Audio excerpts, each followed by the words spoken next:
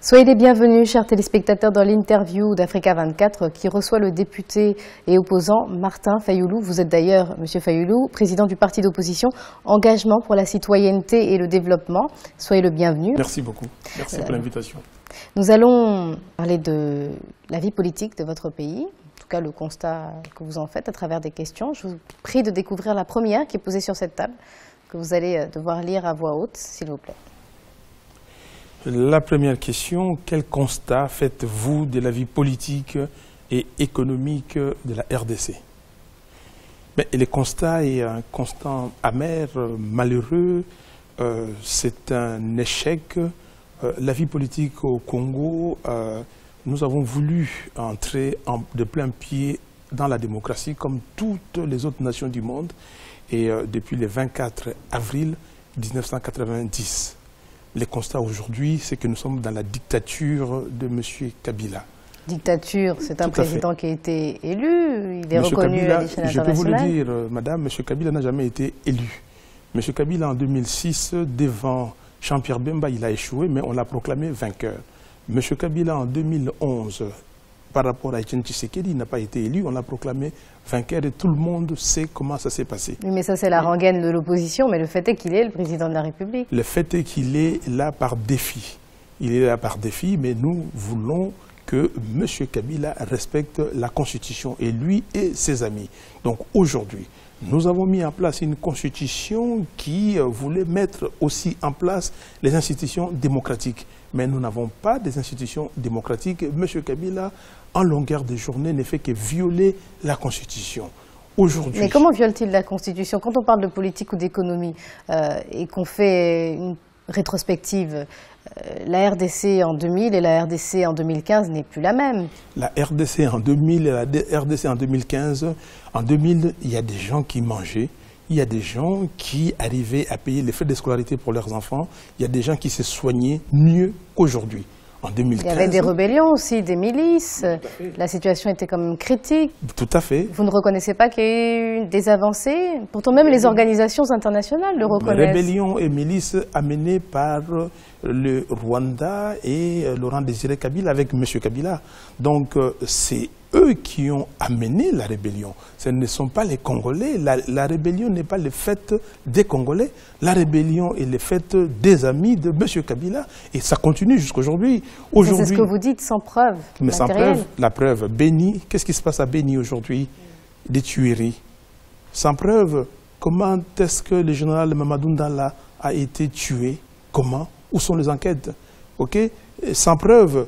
Comment est-ce que Floribert Chebeya a été tué? Comment? Est-ce que nous avons des tueries de type Floribert Chebeya avant Kabila? Est-ce que nous avions des empoisonnements au Congo avant Kabila? Est-ce que le Congo était désarticulé comme il est aujourd'hui avant Kabila? C'est ça le constat. Est-ce qu'on peut reprocher tout au président de la République? Est-ce que tous les maux, tous les malheurs de ce pays sont dus uniquement au fait du président de la République? Le pays, vous dites, madame, c'est très clair et très simple. Qu'est-ce qui se passe? Pourquoi la situation du Congo ne va pas? Est-ce que vous pouvez sortir de but en blanc et dire maintenant on fait le démantèlement territorial? Vous pouvez le faire sans préparation aucune. Qu'est-ce qu'il y a derrière? Qu'est-ce qu'il y a derrière? La préparation est en cours, là, actuellement. Ce n'est pas la préparation. La Constitution est mise en place depuis 2006, depuis février 2006. On a dit qu'il fallait aller aux 26 provinces. Il y a une programmation qui doit se faire. Aucune programmation. Mais ça a été fait, non? Non. Ça n'a pas été fait. Jamais. Ça n'a jamais été fait. Mais s'il n'était pas question de découpage à l'heure actuelle, vous lui auriez reproché de ne pas avoir mis en place ce découpage. Donc quoi qu'il fasse, il est condamné d'avance. Ce n'est pas ça. Voici le problème. Le problème est le suivant.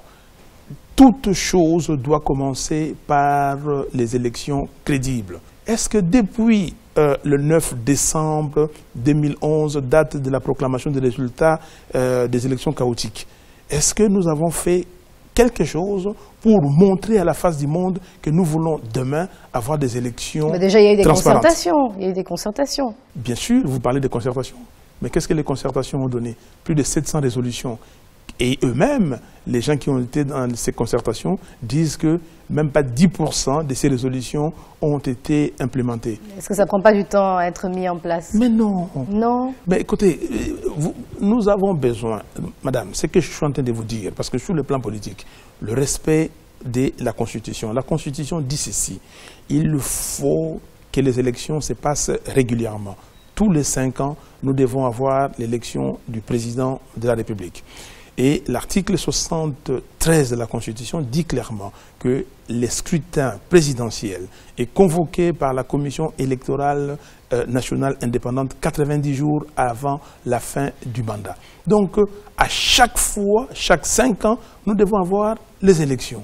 Au lieu de préparer les élections, M. Kabila et ses amis sont en train de faire autre chose. Oui, ben ça c'est ce que vous dites. Et justement, ça va rejoindre la seconde plaquette, s'il vous plaît. Vous allez comprendre.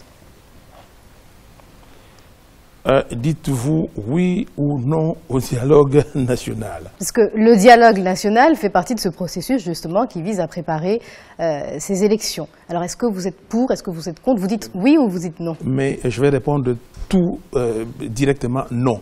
Mais je reviens, vous avez parlé des concertations. Quand nous demandions, nous, à l'époque, le dialogue, quand nous avons d'abord même soumis les termes de référence de dialogue, à l'époque, M. Kabila a dit non, il n'est nullement question de dialogue. Et vous le lui avez reproché, mais aujourd'hui qu'il dit oui au dialogue, vous le lui reprochez encore. Dites-moi, le dialogue, pourquoi faire aujourd'hui? Aujourd'hui, nous avons dit, on n'a pas besoin de dialogue. Pourquoi? Nous avons besoin d'aller aux élections, il faut préparer les élections. Les questions que M. Kabila met sur la table, budget pour les élections, enrôlement des électeurs, sécurisation des élections, ce ne sont pas des sujets qui méritent un dialogue avec lui. Le dialogue de M. Kabila, c'est comme il a fait aux concertations, allez là-bas, il va vous surcharger avec des gens qu'il va amener, et puis après, vous n'aurez pas de résultats concrets. Exactement comme aux concertations. Vous n'êtes jamais satisfait? Comment on peut être satisfait avec quelqu'un qui vous dribble, qui veut vous dribbler tout le temps? Nous nous disons, M. Kabila, c'est le problème au Congo. Mais soyez meilleur joueur alors, si vous vous faites constamment Nous sommes dribbler. meilleurs joueurs, c'est pour cela, nous disons, nous avons posé des préalables. Nos problèmes à nous sont très simples. Nous devons discuter des élections. Et pour discuter des élections, le cadre est là, propice. C'est un cadre légal? C'est la CENI. La CENI, nous allons dire à la CENI, parlons d'enrôlement des électeurs, de tous les électeurs. Mais donc faites-le pendant le dialogue? Non, je reviens. Parlons d'enrôlement des électeurs. 2, parlons du calendrier consensuel. Pour faire les élections, il faut un calendrier consensuel. Et 3, parlons de la neutralité de la CENI. OK? Donc vous dites non pour l'instant au dialogue. Lambert Mende, le porte-parole du gouvernement, dit qu'il faut être fou pour ne pas aller au dialogue. Mais lui, donc, ça veut dire que lui était fou hier quand il n'a pas voulu aller au dialogue. J'ai été avec Lambert Mende autour d'une même table en mars 2012, quand le NDI nous a réunis avec tous les ambassadeurs ici pour aller au dialogue. Pourquoi ils n'ont pas voulu le dialogue à cette époque? Donc il était fou à cette époque-là. La politique évolue. Hein? Mais là, nous aussi, nous avons évolué. Ah bon? Nous avons évolué dans le bon sens. Parce que M. Kabila, voici son jeu, il va aller aux élections locales. Quand il va avoir 23 000 élus locaux, avec les 26 provinces, ces chantres-là vont venir, ils vont dire non, la démocratie, les élections coûtent plus cher que le développement et nos provinces ne sont pas équipées, il n'y a pas d'infrastructure. Laissez M. Kabila tranquille. Vous êtes devin, M. Fayoulou? Quand j'avais dit certaines choses qui se passent aujourd'hui, les gens ne m'avaient pas cru. Mais il n'y a pas à être devin pour prévoir les choses. Il faut être politicien. Il faut simplement voir ce qui va venir dans la stratégie politique. C'est tout.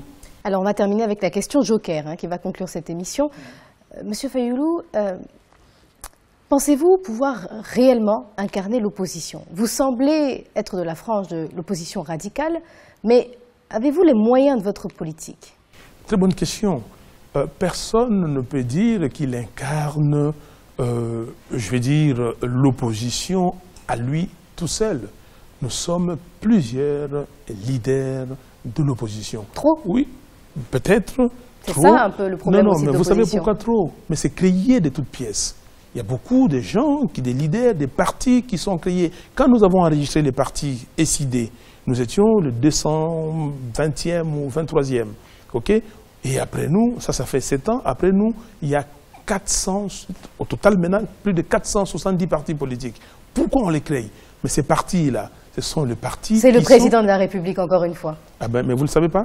Vous ne savez pas que c'est M. Kabila qui a multiplié les partis pour les élections de 2011, vu le mode de scrutin, le mode proportionnel, des partis qui s'appellent AAAA, PPPP, qui sont membres de l'AMP? Vous ne le savez pas, madame, mais c'est ça. Vous parlez de chaos, de désorganisation, mais l'opposition également... Kabila est venu au Congo pour, effectivement, rendre ces pays ingouvernables, invivables, Votre président est un grand stratège, alors s'il arrive à désarticuler totalement l'opposition. Non, à désarticuler les pays. Vous savez, je vais vous recommander un livre, La République démocratique du Congo au bord de l'implosion et de la balkanisation.